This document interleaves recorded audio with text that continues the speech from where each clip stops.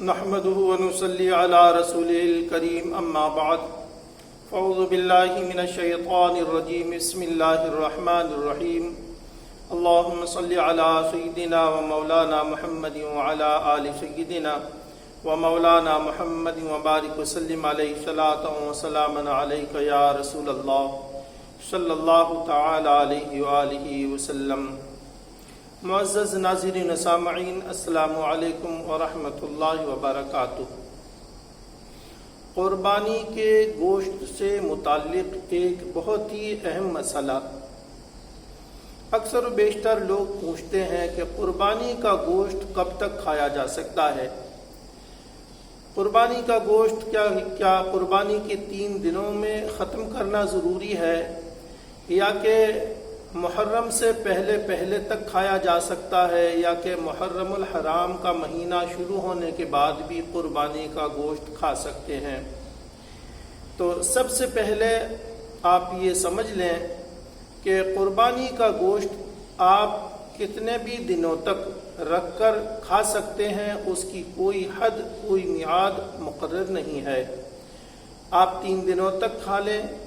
چاہے پورے مہینہ بقرعید کا ہے اس تک کھا لیں، ماہ محرم الحرام شروع ہو جائے اس میں بھی کھا لیں، کوئی قباحت اس میں نہیں ہے۔ مگر مستحب طریقہ وہی ہے کہ جو آج کل عوام میں مشہور ہے کہ قربانی کے گوشت کے 3 حصے کیے جائیں۔ ایک حصہ غریب و مساکین میں صدقہ کر دیا جائے، دوسرا حصہ دوست احباب میں تقسیم کیا جائے، اور تیسرا حصہ اپنے گھر میں استعمال کیا جائے۔ یہ مستحب طریقہ ہے، نہ یہ واجب ہے اور نہ یہ سنت ہے، بلکہ مستحب اور بہتر طریقہ یہ ہے کہ اس طریقے پر عمل کیا جائے کہ 3 حصے کیے جائیں، ایک غریب مسکینوں میں کو دے دیا جائے، ایک دوست احباب میں تقسیم کر دیا جائے، ایک اپنے گھر میں رکھ لیا جائے۔ گوشت کو ذخیرہ کر کے، اس کو اسٹاک کر کے کھاتے رہنا، سب سے پہلے آپ یہ سمجھ لیں کہ اگر آپ کی نیت پہلے سے ہی یہ ہے کہ میں گوشت کو ذخیرہ کر کے اسٹاک کر کے رکھوں گا اور خوب دن تک کھاتا رہوں گا،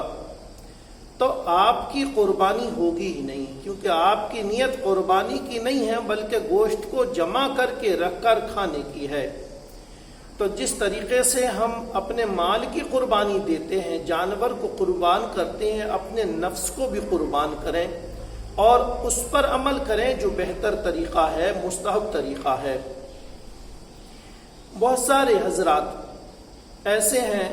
کہ جن کے ہاں سال بھر تک گوشت نہیں بن پاتا، غریب مسکین ایسے ہیں کہ جن کے ہاں سال بھر تک گوشت نہیں بن پاتا ہے، اور قربانی کرنے والے حضرات جو بڑے جانور کی قربانی کرتے ہیں، اکثر و بیشتر ان کے گھروں میں بڑے کا گوشت بنتا رہتا ہے، بڑے جانور کا گوشت پکتا رہتا ہے، اور جو چھوٹے جانور یعنی بکرے وغیرہ کی قربانی کرتے ہیں ان کے یہاں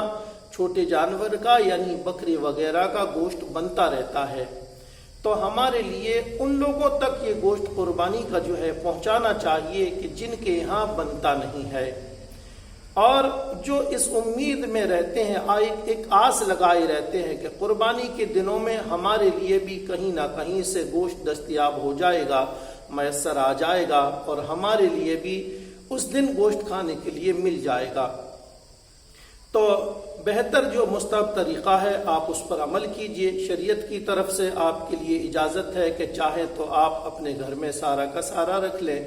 چاہیں تو آپ پورا کا پورا صدقہ کر دیں، مگر مستحب طریقہ یہی ہے کہ 3 حصے کیے جائیں، ایک حصہ غریبوں میں تقسیم کر دیا جائے، ایک حصہ دوست احباب کو دیا جائے، ایک حصہ اپنے گھر میں رکھ لیا جائے۔